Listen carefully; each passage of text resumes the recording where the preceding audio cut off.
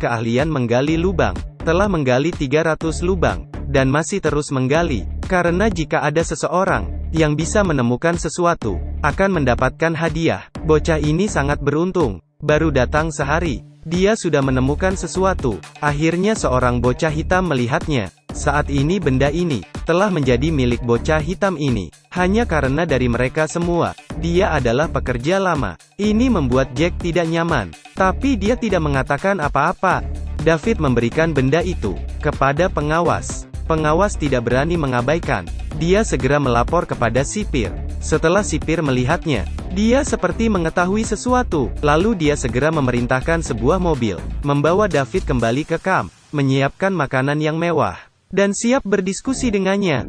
Dia juga meminta yang lain belajar dari David, terus menggali lubang ini. Akhirnya setelah menggali 3 hari 3 malam, mereka tidak menemukan apapun. Sipir tidak berdaya. Dia terpaksa menjual lahan ini pada pabrik mie instan untuk produksi mie instan. Hari ini seorang penggali mencuri 2 makanan ringan, dibagikan kepada temannya. Kebetulan di lubang Jack, petugas menemukan kalung makanan itu. Dia langsung membawa Jack ke rumah sipir. Sipir mengira ada yang mereka menemukan sesuatu, tapi ternyata ketika anak buahnya datang melapor, seketika ini membuatnya marah. Dia langsung menamparkan anak buahnya. Jack sangat penasaran, apa yang dicari sipir itu. Dia menemukan sesuatu. Hari ini dia akhirnya mengetahui dari pengawas kebenaran cerita ini. Ternyata kakek sipir, seorang pria tampan. Di kota dia melihat seorang gadis yang sangat cantik. Tetapi ternyata gadis itu sudah berpacaran dekat seorang pria hitam. Jadi dia membawa bawahannya menghabisi pria itu. Gadis itu melapor pada polisi, namun polisi tidak membantunya, bahkan mengambil kesempatan ingin menciumnya. Gadis itu terpaksa berlari. Akhirnya dia melihat pacarnya dibunuh. Keesokan harinya dia berdandan, mendatangi polisi, tanpa banyak bicara langsung menembaknya, meninggalkan bibir merah, lalu pergi. Sejak itu wanita itu mulai berubah. Dia tidak hanya merampok, bahkan membunuh. Dan setelah setiap kejahatan, dia akan memberikan bekas bibirnya. Dia diberi julukan si bibir merah. Tapi tanpa diduga, hari ini dia ceroboh. Dia jatuh ke tangan pembunuh itu.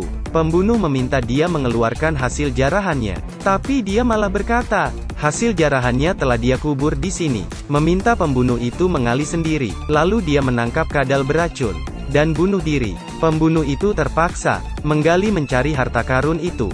Dia juga meminta anaknya ikut menggali bersamanya, sampai cucu perempuan menjadi sipir. Dia menggunakan tahanan remaja, membantunya menggali. Jack tahu bahwa harta itu sangat mungkin ada di lubang yang dia gali. Jadi setiap hari dia dan Adam terus berusaha menggali.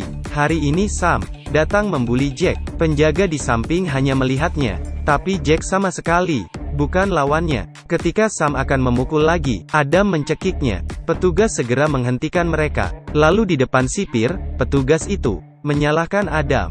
Adam yang marah langsung memukul petugas, jatuh ke tanah, lalu kabur membawa sekop. Tapi sipir sama sekali tidak khawatir, karena satu-satunya sumber air terdekat ada di tangannya. Penjara ini tidak memiliki jaringan isolasi, tapi tidak ada yang berani kabur.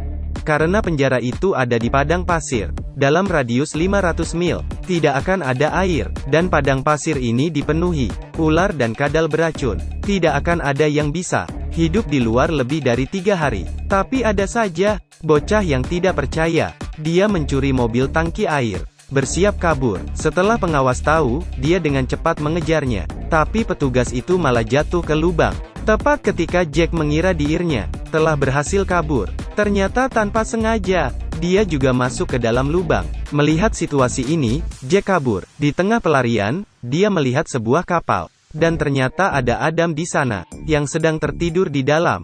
Jack mengira dia kabur untuk menyelamatkan Adam. Ternyata dia melihat Adam hidup lebih baik dibandingkan dirinya. Adam membuka sebotol makanan kaleng untuk Jack. Tidak disangka makanan ini, dibandingkan makanan di penjara, lebih enak berlipat-lipat. Jack ingin meminta 1 kaleng lagi, tapi Adam malah berkata, itu adalah kaleng terakhir. Saat itu juga Jack melihat di depannya ada 1 gunung jempol. Kakeknya pernah terjebak di gurun pasir. Karena bertemu dengan gunung jempol ini, kakeknya akhirnya selamat. Keduanya tidak punya jalan keluar. Mereka terpaksa mendaki gunung itu. Tapi gunung ini terlalu curam, membuat Jack hampir terjatuh. Untungnya Adam menggunakan tongkat besi, menariknya ke atas, dan membuat tangannya berdarah. Akhirnya karena tidak kuat, Adam pun pingsan.